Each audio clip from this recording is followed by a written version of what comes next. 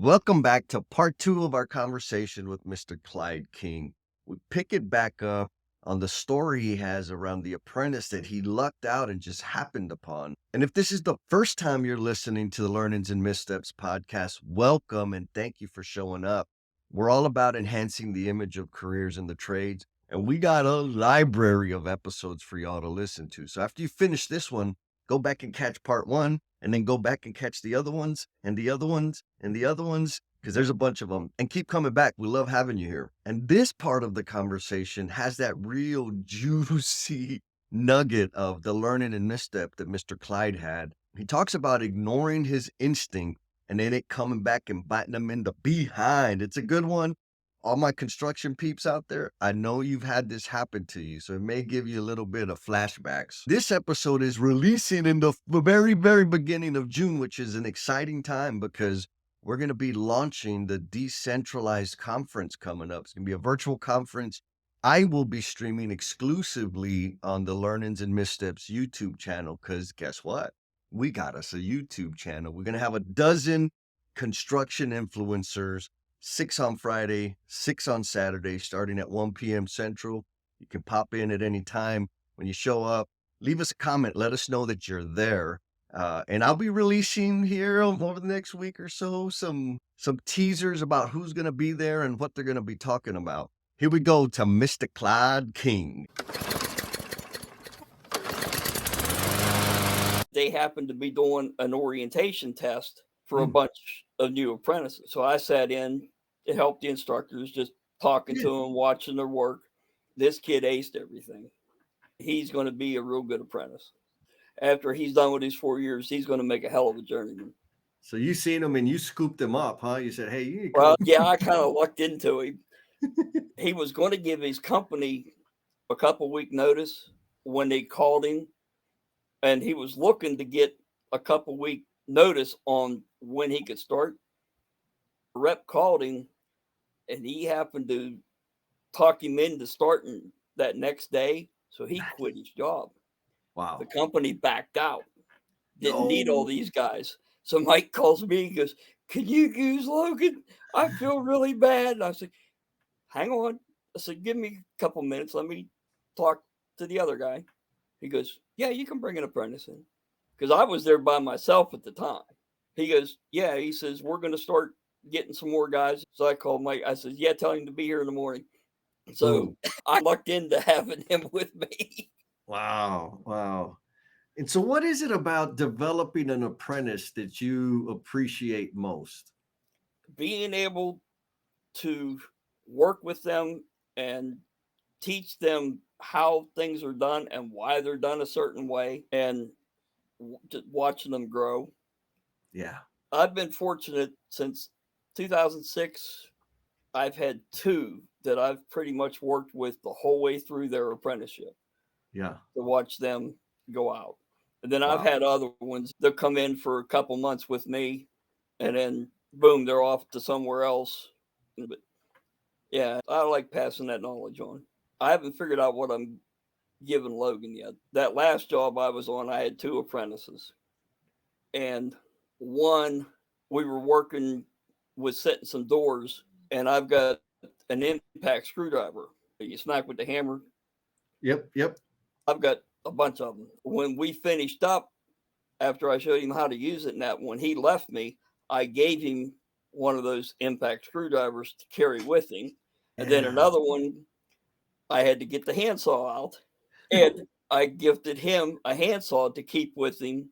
But that's something I'm going to try to keep doing as long as I'm out on the site, even if I'm a superintendent. If I got an apprentice there on a job, because especially a first year, they're starting out, their tools are like brand new. Oh, yeah. Pulling the wrappers off. Yeah. This is what gave me the idea for this. One retired carpenter had passed away.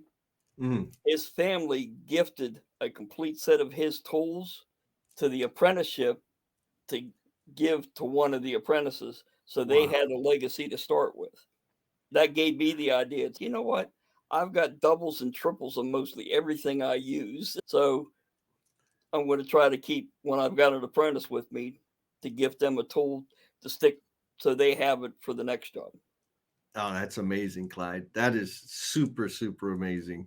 What are some qualities that in an apprentice that help you decide, yeah, I'm gonna pour into this kid? The willingness to learn. They've got to have that mindset that they definitely want to learn, because I've had apprentices that seem like they're just there for the paycheck. Yep. Do you have And any like me that knew everything? oh, yeah, yeah. I've worked with a couple journeymen that they've known everything too. That all of a sudden they were like, "Hey, that makes sense. Why are you doing it that way? Because this is the way it should be done." Yeah, I work with Papa Juan. He was probably the second or third plumber that I worked with that wasn't my father. And he was retired. So he would only work like 2 or 3 days out of the week. And every time he came, they would put me to work with them. And man, that guy he was awesome, great teacher. And he just set me straight real quick. I was probably a third year apprentice. And just give it to me. I'll do it. Give me the plans. I'll do it. I'll do it. I'll do it. He said, hey, he said, look, Jess, I've forgotten more than you're gonna know. Yeah, He said, yeah. I want to teach you some stuff and I'll teach you, but I need you to slow down, watch me, ask me questions, and listen to what I'm telling you. He said, just do that today, and then let's talk about it. And I said, okay, whatever. You want me to slow down? I'll slow down. And man, there were a couple of little things that he showed me that I didn't have to work in a rush, and I was still able to get the same amount of work done. Oh yeah. And I said, okay, Mr. Juan, whatever you got, I'm listening. I think the first job I ran as a foreman, somewhere the end of 93, 94, and I had one gentleman, we called him the door doctor. When we'd be setting door frames and then swinging doors and doing all the closures, I got to work with him on quite a few of my jobs, and he showed me so many little tricks Yeah. for setting frames and so on and so forth. Corky's nickname, the door doctor, was well worth. Sad to He say that knew.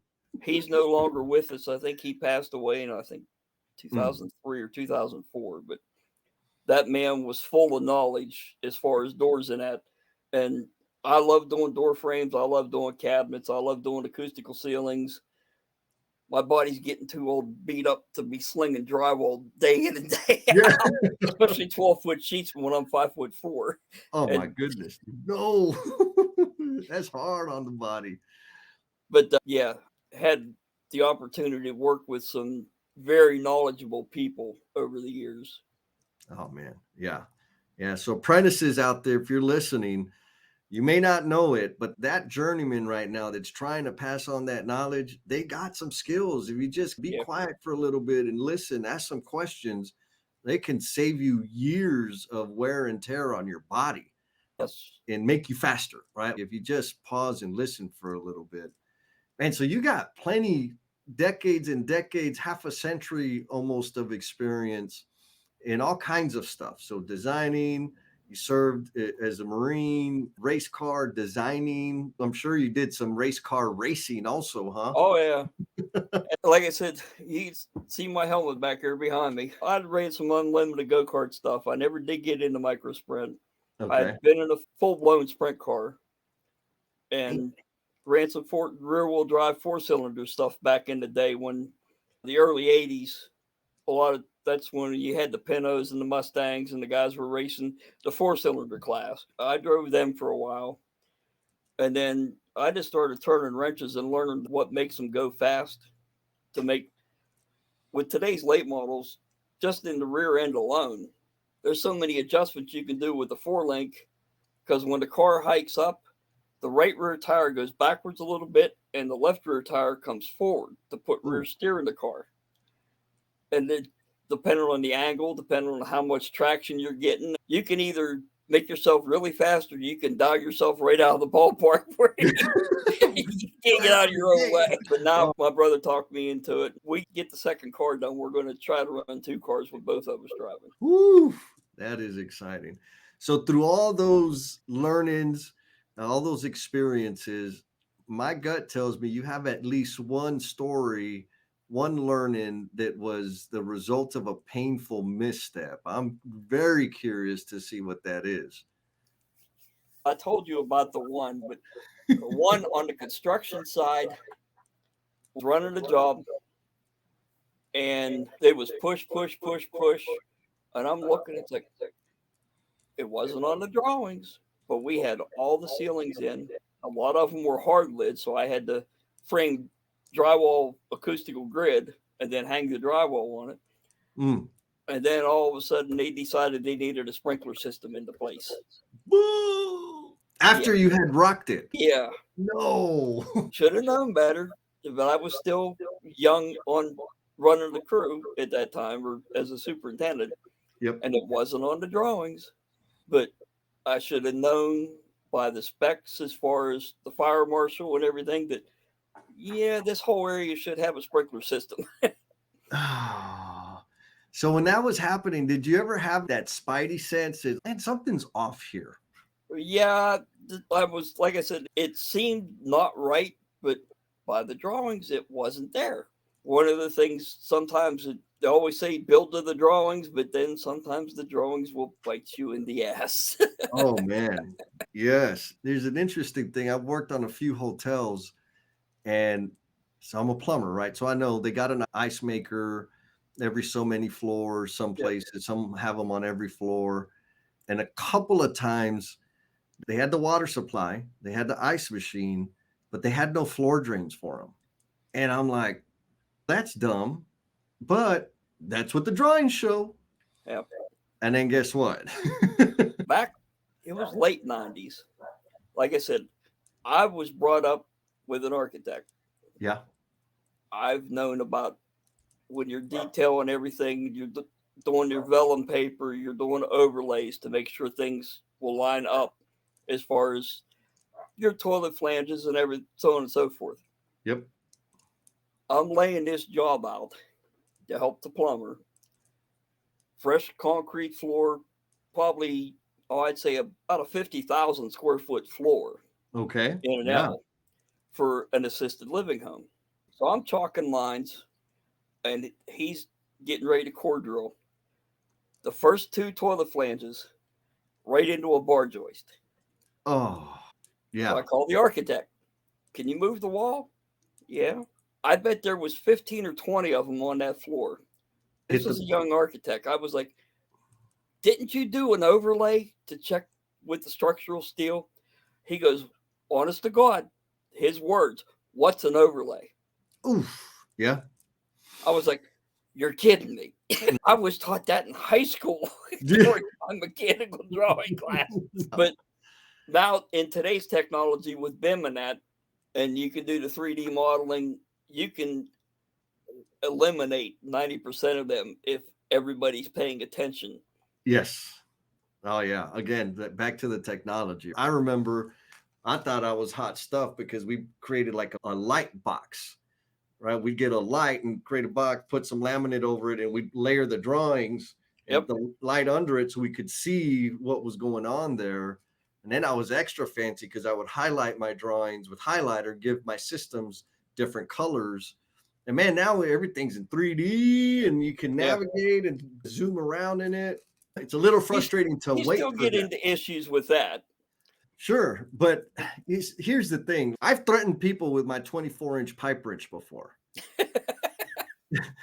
And when I say people, I'm talking about sheet metal, ductwork, electricians, pipe sprinkler guys, because of the conflicts, the design Oh, conflicts. It wasn't because I didn't like them most of the time. It was because these design conflicts, yeah. we were fighting like fighting. Back in the day, we used to throw down on the Oh, job. yeah. You know that. Yeah.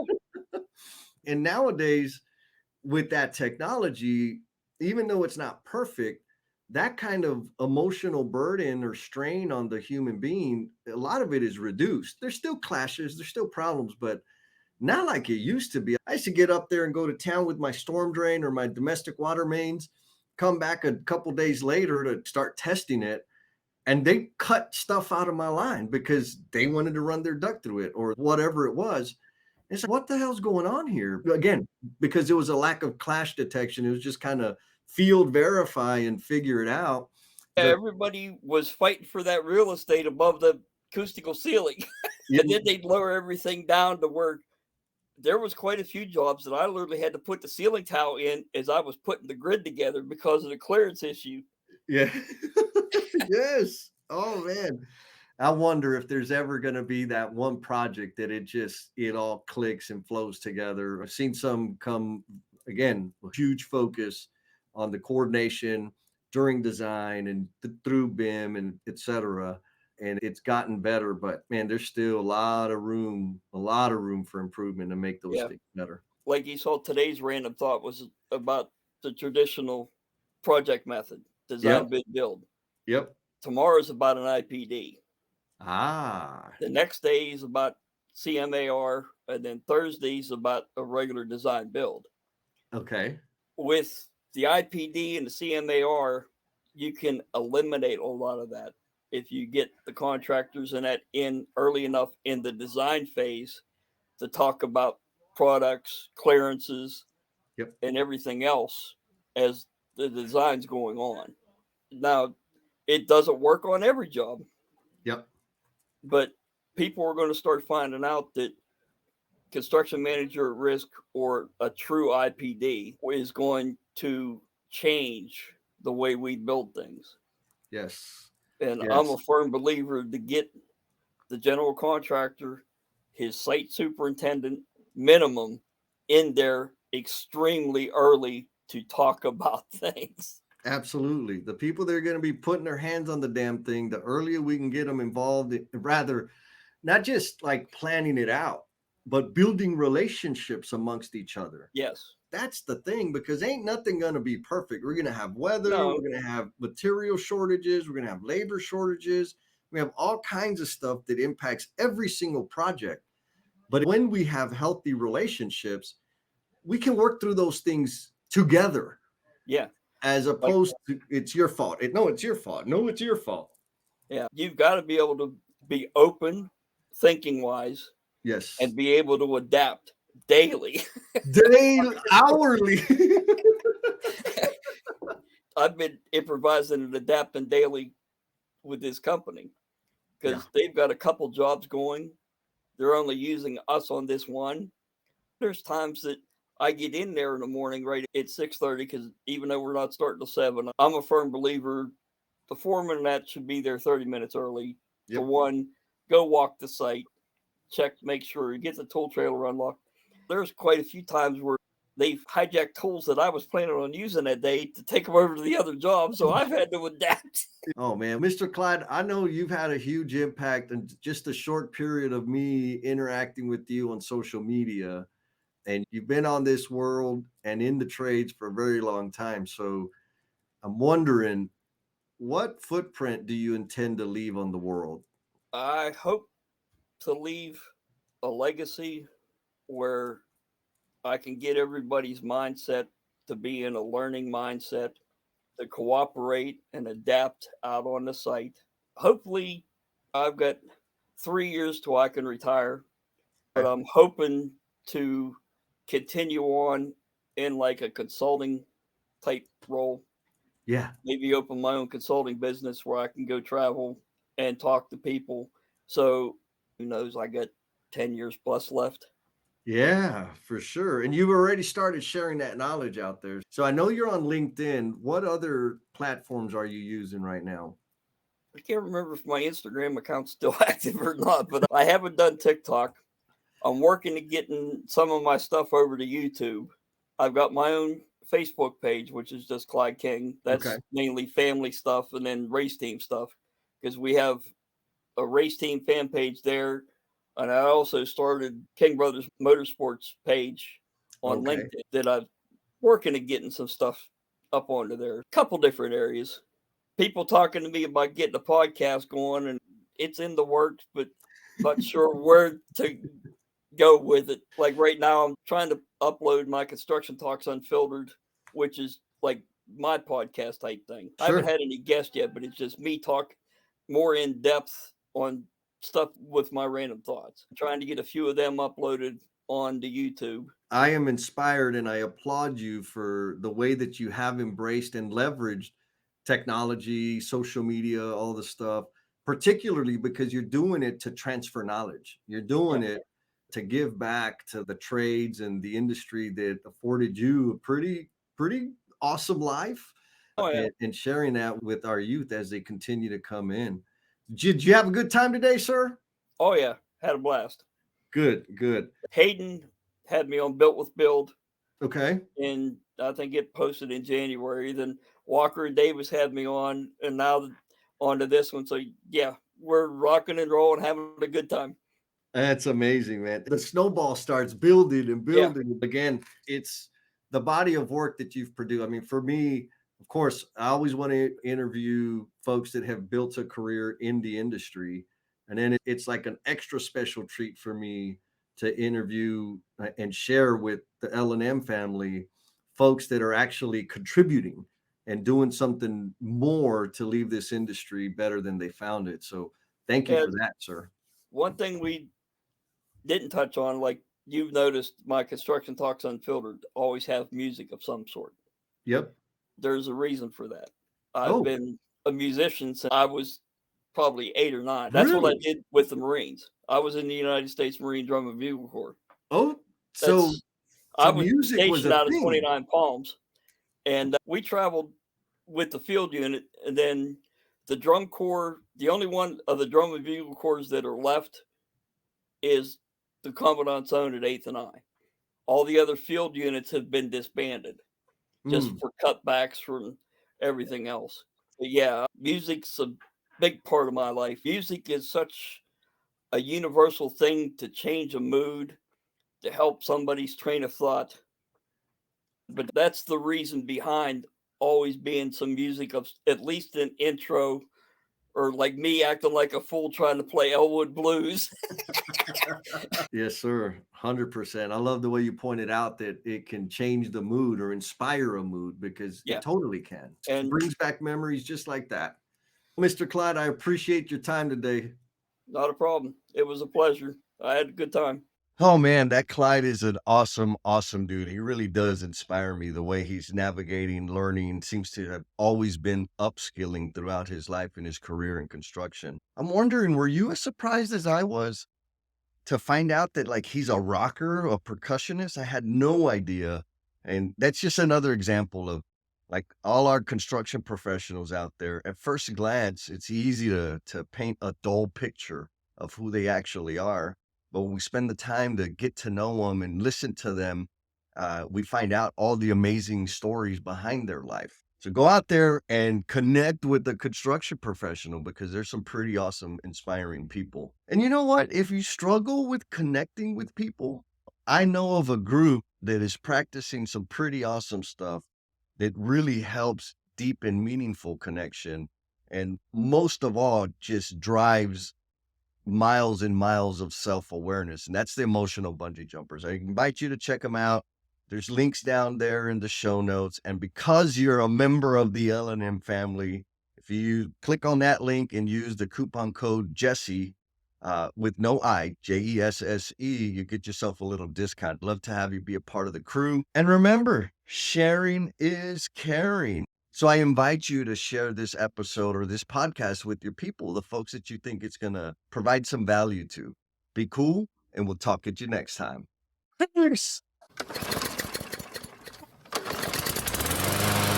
Oh my goodness. You're either driving down the road or just so enthralled with this whole podcast that you went all the way down to the very end of it. And we appreciate you. And just we're going to take this as an indication of your dedication. So we got a little special request of you, a call to action, because everybody tells us that like you need to have a call to action. So here's the call to action. Be kind to yourself. Go out there and share a smile with someone.